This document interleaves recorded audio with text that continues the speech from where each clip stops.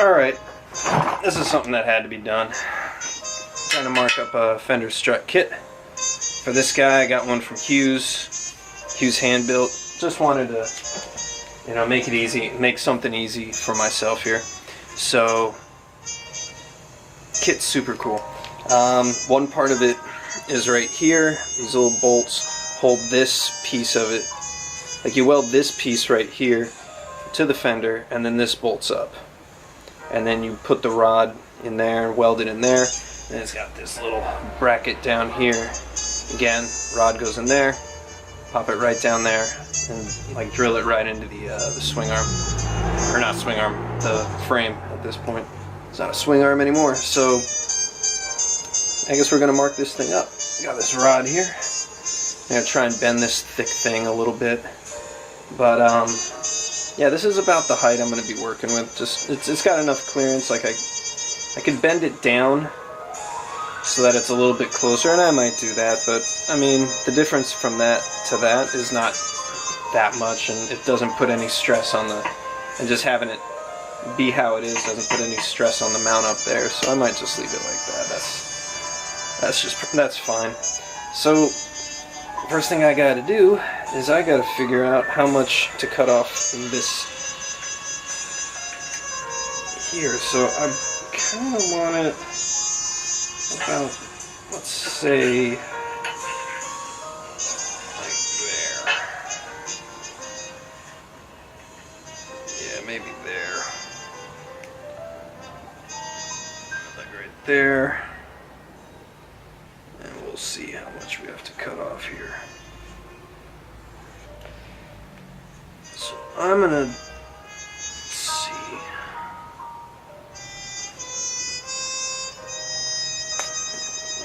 This way.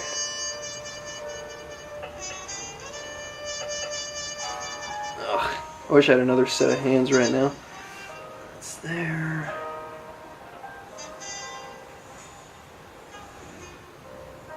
So I'm eyeballing it. Let's just cut it there right now. Whoops.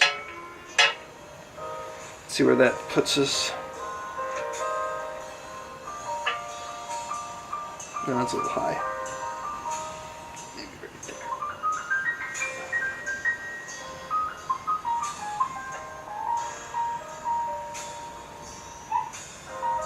You know what, actually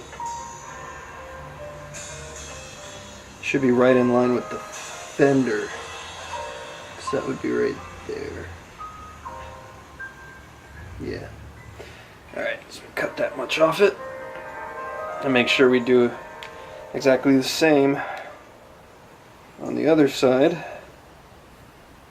so that we don't make these guys two separate lengths, because that would not be fun. And then the rest of the process is, which I will show you. The rest of the process is take this apart, weld that backing plate right here, and then weld that guy into there, and then the bottom part right here, weld that in, bend the pipe so that there's a little bit of a bend, because it's not a straight up and down thing, it has to come in a little bit, so there needs to be a slight bend, which sucks because I broke my vise yet again. So it's going to be really hard to bend a piece of metal this thick. That's going to be a little bit challenging. But, yeah, and then drill a hole in the axle plate down here. That'll allow me to put a bolt through it so I can hook this guy up here.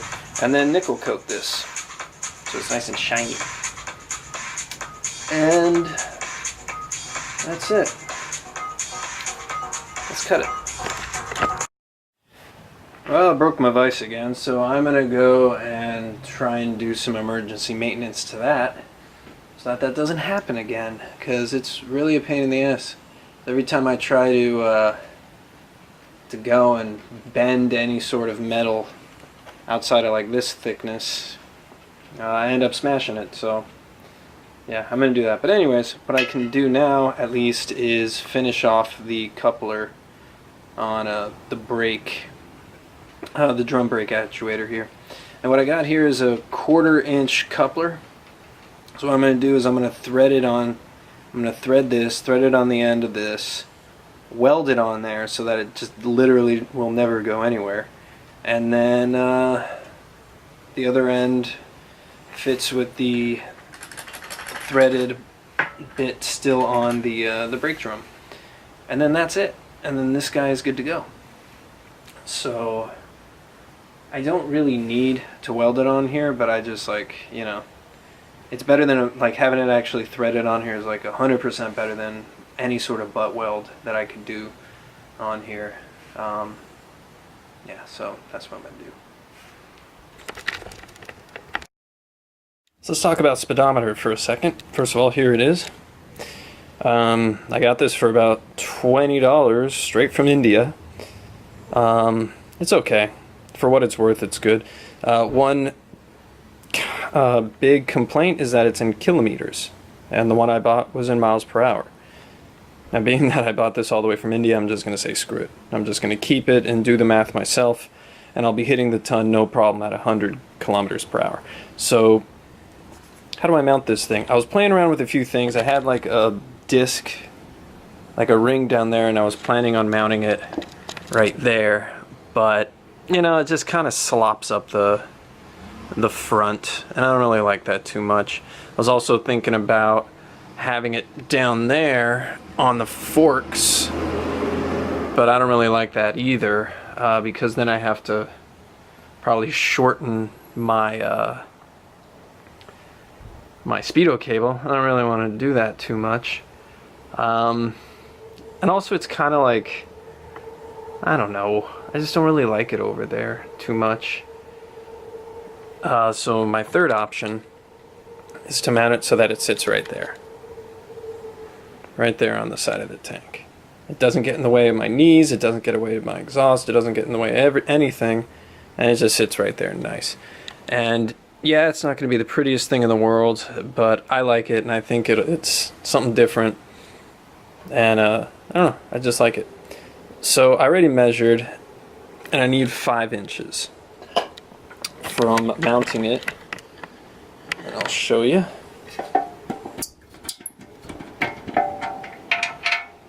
From kneading it.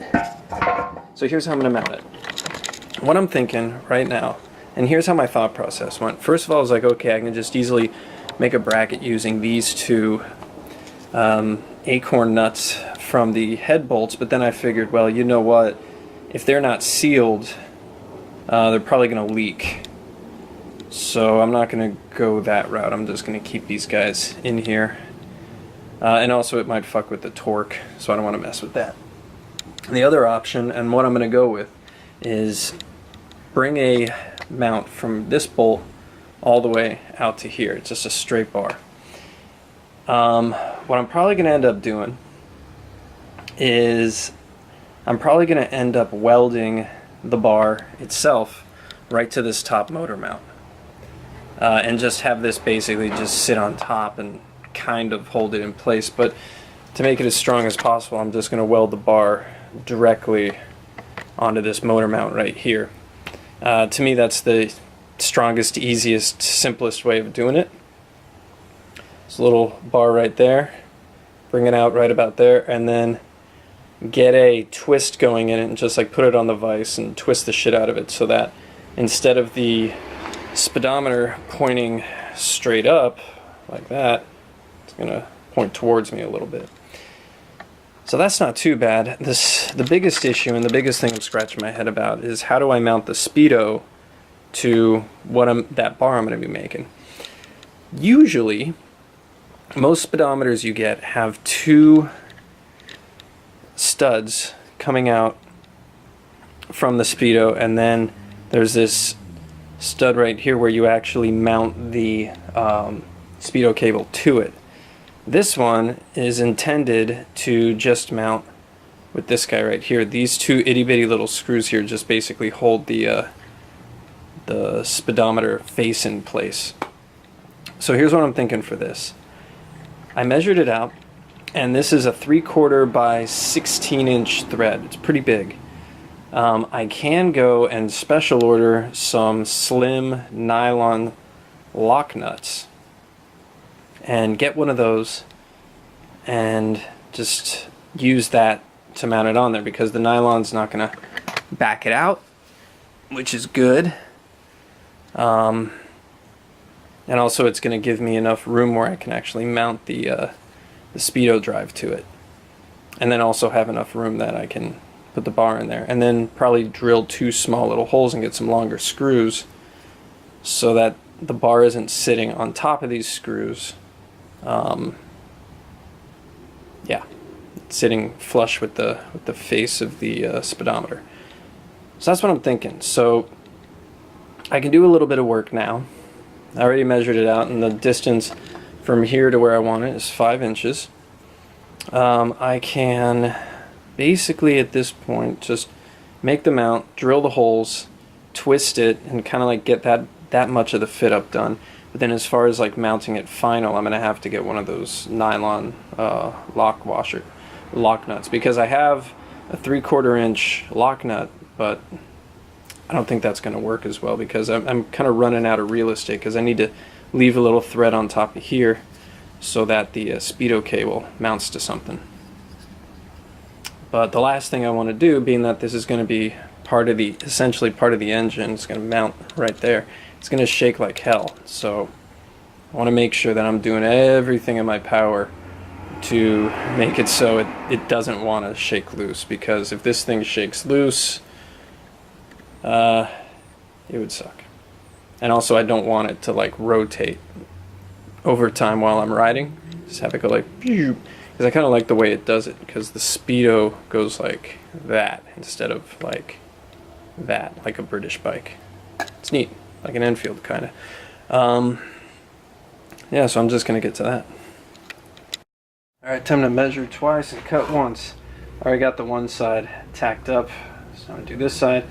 Measured it 1,000,000 times, and I am pretty happy with the amount of like where the fender placement is, but honestly I think I might check it a second time just to be sure, because this isn't the sort of stuff you want to be wrong about or unconfident about. But I'm just lining this stuff up. This looks like it's where I want it.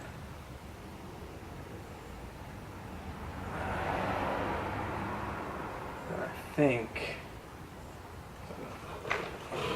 thinking more than I'm talking right now. The eyeball test says it's good. I'm gonna go with that.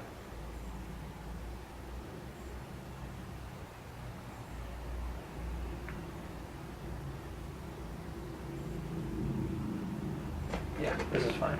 Okay, so let's mark this hole to be drilled. Where's my...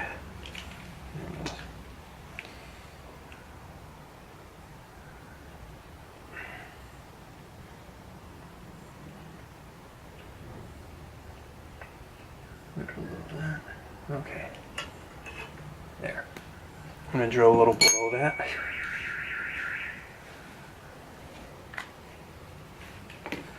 Let's get to it.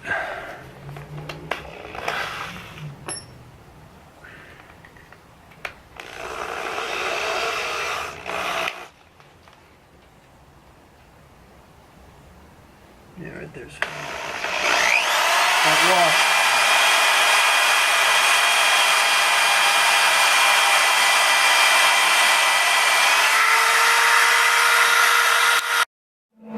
Alright, moment of truth time. It's time to tack this dude into place. And hope to God that it's straight when we're all done.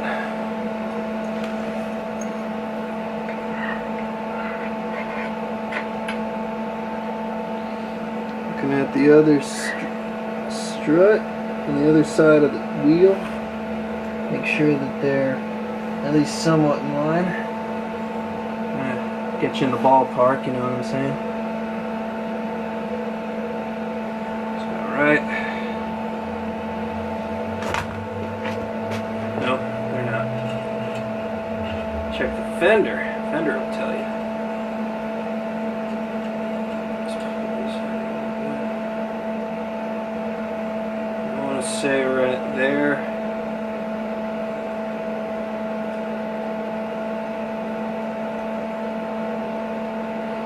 Wish I had another set of hands right now. But it should do her.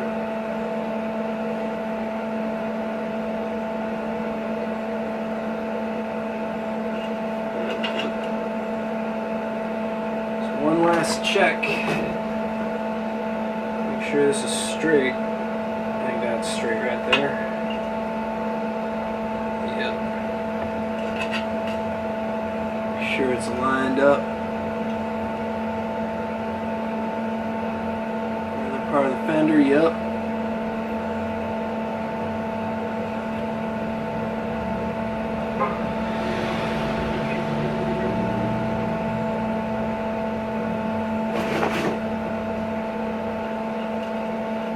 Be wrong.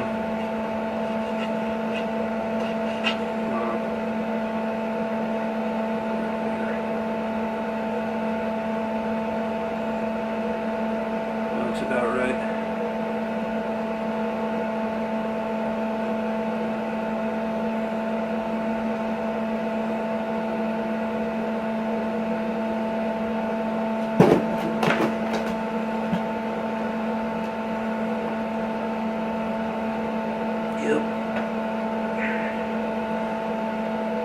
Okay, I'm happy. Let's give her a tag. I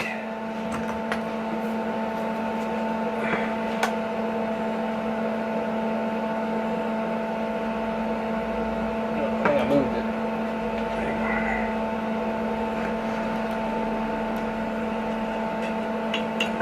Oh no, come on. Damn it.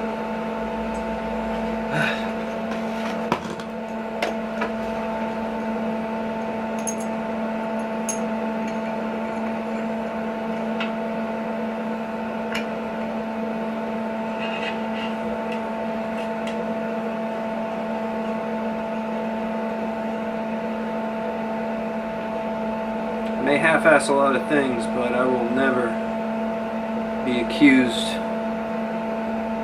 of having a rear fender that isn't straight. I'm a lot of things, but I'm not a man that has rear fender problems.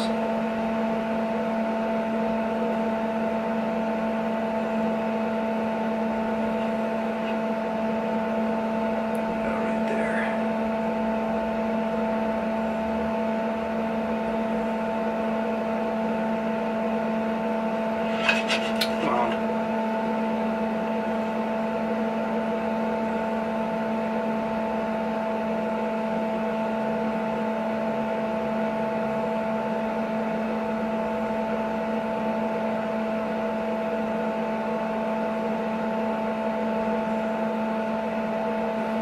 Okay, I'm happy with that.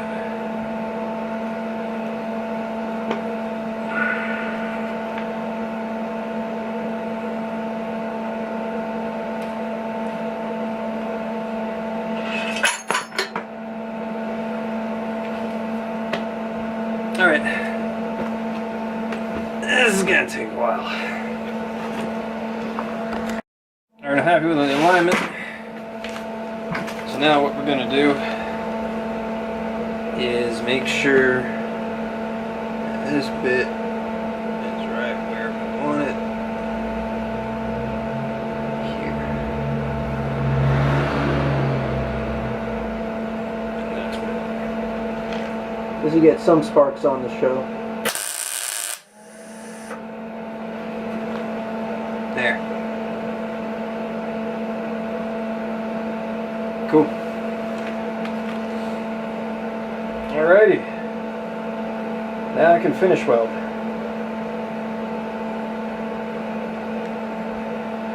Cool. Alright, let's talk exhaust. Oh shit, I'm gonna run out of battery. Okay, I've started to put all this stuff together. I got all my stainless steel piping in, and I've reused the flanges from the old exhaust right there. And the idea I'm going to try to do here is have this exhaust take a real sharp bend here, come down around here, come on back down to the frame rail, come up. This side, the other side, the left-hand side, is just going to come straight across this mount here, go underneath the engine, and then just a straight pipe back, and then upsweep in the back where it's going to meet with this pipe. So I had a bit of a problem. First of all, this exhaust that I got off eBay does not fit my bike because it hits my my mid controls, and really that's not the seller's fault. I'm using aftermarket pegs. It is what it is. I've tried to sell this thing. I've tried to sell it on XS650 and locally, and no one's biting. So I guess I'll just chop it up. Like, here's the thing. The left-hand side exhaust that's going to go underneath the engine follows the exact same route as this pipe right here, the left-hand most side. It follows that exactly. So I can just save a lot of time, a lot of energy, a lot of welding, and a lot of fabrication just cutting that one out. And then I have this whole other exhaust here that I can use for parts or whatever. So my idea is do that, take all the exhaust parts that I have left over, and try my best to make that really, really tight bend on the right-hand side cylinder, and use the rest for that sort of like for that bit. Then I'm thinking I bring them back into to the collector there, and kind of have it on the side of the bike, kind of sticking up, kind of like that, except not have it down there, but actually have it like up there basically. And I think that'll look okay. I don't really like how big this opening is. I think it's probably about, you know, about 3 fingers worth, so like about 2-inch wide opening. Might put a little like tractor flapper thing on there just for fun, but I think I'll use that. So I'll just basically make it into a 2-into-1. Or if I don't like that, I can just basically make it 2 exhaust pipes coming up here, and then like put a slash cut on it or whatever, or stagger them a little bit. But yeah, that's what I'm thinking for exhaust. So this guy cost me $200, but I think given the parts I'm going to salvage for it, it might equate to about $200 worth of stuff. So it's something, but I'm not going to record a whole lot of this because honestly I don't trust a lot of my fabrication skills, and I don't want you guys making fun of me. Hi again. Alright, so I finally got the footrest one figured out. So I just got 2 elbows here that go there and comes down around here, comes out, and it'll follow